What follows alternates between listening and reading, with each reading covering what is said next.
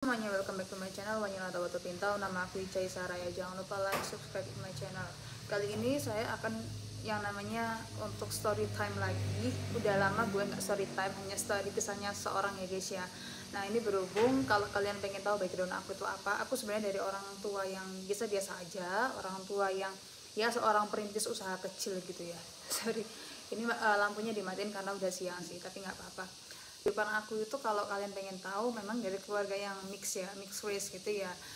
Tapi yang paling kuat, paling ketat itu adalah memang ke arah Chinese dan juga Jawa gitu ya. Ya meskipun banyak sekali kayak masih ada sedikit Maduranya atau masih sedikit ada ke Arab-Arabannya, tapi anyway memang kami tinggal dari kebudayaan dua itu guys, Japanese sama Chinese. Jadi dari pihak mama itu memang dari keluarga Chinese ya gitu loh, makanya kulitnya sipit-sipit semua gitu ya. Ada Jawanya tapi sipit gitu. Keluarga papi itu memang dari keluarga Jawa ya guys ya, keluarga Jawa tapi apa ya, pengaruh Islam itu sangat kental sekali. Makanya kami tuh kalau lebaran, kami tuh kalau puasa itu bener-bener hangat banget, bener-bener family matters banget gitu ya.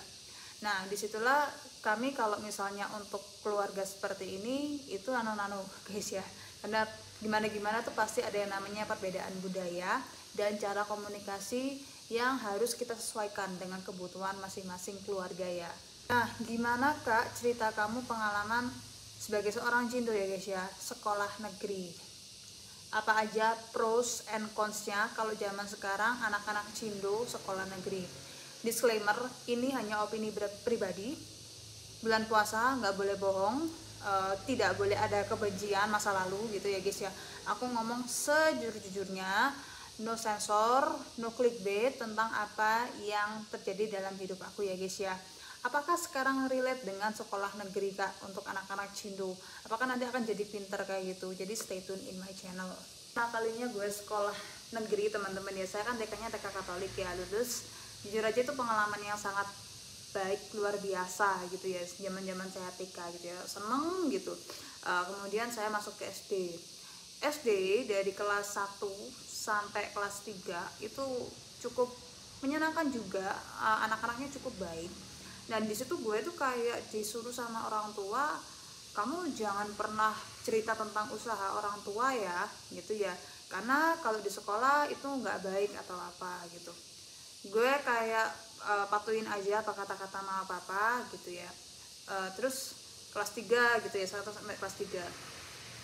Paling brutal tuh kelas 4 teman-teman. Itu pertama kali gue merasakan bullying di sekolah negeri itu kelas 4 SD, ketika gue sebelahan sama cewek yang sebenarnya dia tuh pintar tapi nggak tahu ya, itu dia masih kecil tapi sedikit punya kemampuan untuk manipulasi dan juga mencuri gitu. Bahkan gue tuh kayak kok duit gue tuh sering hilang atau apa, itu memang dia curi teman-teman ya. Gue tuh sering turun dari ranking 3 besar itu langsung ranking 10 itu kayak gitu pada waktu saya SD. Terus akhirnya anak itu tiba-tiba aja kayak dikeluarkan gitu loh guys, anak itu.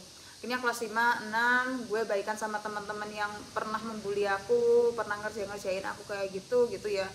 Nah itu setelah itu kita masuk SMP gitu, masuk SMP kelas 1. Nah kelas 2 ini gue dapat bullying lagi sama geng cewek gitu ya guys ya. Terus gue juga dapat perlakuan yang kurang baik sama guru ketika nilai gue jelek, gue kayak dikata-katain gitu loh, dasar males gini gitu ya. Terus cara saya berkomunikasi dengan teman-teman itu saat itu belum terlatih gitu ya, teman-teman nggak biasa dengan cara ngomong saya yang selalu pakai bahasa Indonesia, pakai bahasa Jawa medok gitu ya. Terus akhirnya karena memang di rumah itu kita bahasa Indonesianya tuh kayak Jawa tapi medok gitu loh guys ya. Anak-anak itu kayak nggak biasa aja dengan kita gitu. Terus akhirnya SMA ini gue pertama kali merasakan bagaimana bullying iya, difitnah anak juga iya. Terus juga pada waktu gue ngelihat anak yang kayaknya sedikit aja gitu kayak dijadikan genjotan buat guru-guru gitu ya. Kayak kids trophy gitu ya guys ya, karena cuman gara-gara tiap hari dibeliin nasi atau apa. Penyogokan di negeri itu memang ada teman-teman ya. Papa saya saat itu udah gede usahanya, Gue pernah yang namanya kayak gini sama almarhum papa ya, bercanda, "Pah, sogok deh guru-guru biar baik sama aku sedikit gitu ya, nggak mempermalukan aku karena aku tuh gendut, karena aku tuh nggak cantik gitu ya dulu itu ya." Nah papa aku bilang, "Nah itulah hidup." Papa aku bilang, "Hidup itu seperti itu." Gitu. Akhirnya gue lulus, dan juga teman gue sedikit banget, teman-teman, beneran cuman 5 anak kalau nggak salah yang saya kenal baik gitu ya. Saya juga nggak pernah merasakan pacaran di sekolah negeri, beneran sumpah. Terus akhirnya memang apa ya, itulah salah satu, saya nggak rekomendasi untuk teman-teman kalau nggak kuat begituan, jangan masuk negeri, beneran.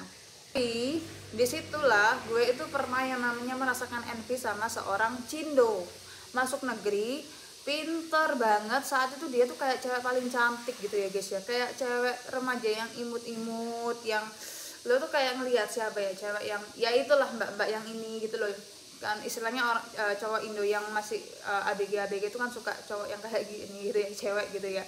Itu namanya sama kayak aku, namanya tuh Ica panggilannya, tapi nggak gue apa ya, nggak gue sebarin nama aslinya itu siapa gitu.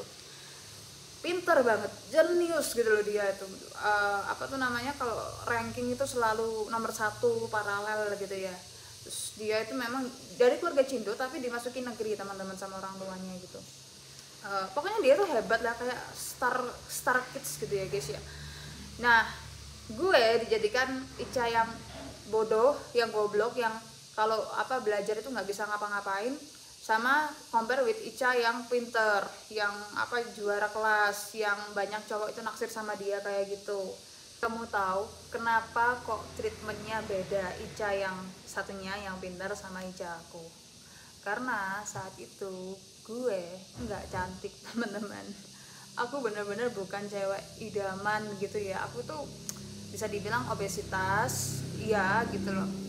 Kemudian apa ya, saya bergaul pun nggak bisa karena tipikal dari family saya itu bukan orang yang terbuka ya dalam apa ya, memberikan opini, melatih anak-anaknya tuh bisa beropini dengan benar, itu bukan kayak gitu. Pokoknya kamu harus nurut begini begini. Boncos teman-teman, di dalam keluarga kami kalau berkomunikasi ada opini dikit aja dibantah gitu ya guys ya. Di pertemanan saya ya ini, saya baru nyadar kalau saya kalau ngomong itu berlibat, maksud saya tuh baik gitu ya, mereka tuh nangkepnya tuh beda gitu. Nah, kalau cerita kamu kayak gitu kak, apakah masuk sekolah swasta aja? Ternyata enggak teman-teman. Sekolah swasta, saya tuh kan pernah masuk sekolah swasta ya guys ya, bullyingnya tuh jauh lebih apa ya, mungkin bukan bullying yang fisik kayak negeri ya, negeri itu kan kayak fisik gitu teman-teman ya, kayak mempermalukan. Nah kalau swasta itu kalau gue lihat itu adalah swasta yang anak-anak yang elit ya, anak-anak yang kaya ya guys ya, itu lebih ke arah status gitu ya, kekayaan gitu, kelebihan tersendiri gitu ya. Ya bahkan kalau saya lihat nilai-nilai dari swasta dan negeri itu sama aja, but orang swasta yang sekolahnya bagus, mereka punya opportunity lebih besar gitu loh untuk ke sekolah atau kampus yang jauh lebih bagus gitu ya. Terus juga dari cara public speaking, ngomong mereka juga dilatih, meskipun mereka tuh kayak introvert seperti itu gitu. Bahkan mereka juga dilatih untuk kreatif dan bisa tahu potensi mereka tuh apa. Itulah enaknya swasta sih gitu ya. Tapi kalau bullying nggak ada di sekolah tuh yang ngejamin, nggak ada sekolah itu yang nggak bully gitu ya teman-teman. Hampir semua sekolah tuh mungkin bullying, tapi mungkin lebih ke arah pengucilan ya, atau lebih ke arah nggak direspon, kayak nggak diajak berteman satu circle. Itu kayak lumrah sih gitu ya guys ya. However, kalau dipikir-pikir lagi, kenapa kok aku tidak merekomendasikan kalian-kalian ini yang trauma dibully itu sekolah di Indonesia, gitu aja sih. Karena di Indonesia itu tipikal society-nya itu tidak mentoleransi komunikasi yang hancur. Mereka ini tipikalnya adalah kalau orang Indonesia itu menangkap informasi secara instan, mudah dimengerti. Tipikalnya kita tuh kalau ngomong sama orang Indonesia tuh kayak ngomong sama anak kecil, harus merangkai kata-kata yang orang itu gampang gitu loh nangkepnya. Baik itu orang dari mau orang-orang kaya, mau orang-orang yang nggak punya, kita harus bisa pelan-pelan untuk merangkai kata-kata yang baku agar mereka itu paham maksud kita itu apa.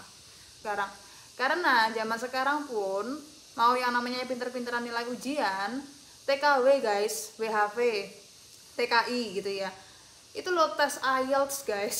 Nggak cuman anak-anak yang butuh beasiswa doang yang keluar negeri, TKW zaman aku Gen Z itu harus tes IELTS dan TOEFL, IBT lagi. Gimana coba? Guru-guru sekarang ini menurut aku tuh kayak harus hati-hati dan waspada terhadap kehadiran artificial intelligence. Ya misalnya kalau guru pun akan jadi coach aja sih, pelatih aja, kalau kamu itu jangan sampai nilainya jelek, karena yang nilai itu kan artificial intelligence. Kalau nilai kamu totalnya 60 ya 60 aja, nggak akan dikatrol atau distipu jadi 90 tuh nggak ada gitu ya. Jadi itu aja dari aku. Thank you semua udah nonton channel YouTube aku. I hope you like it. See you later. Bye bye and 再见.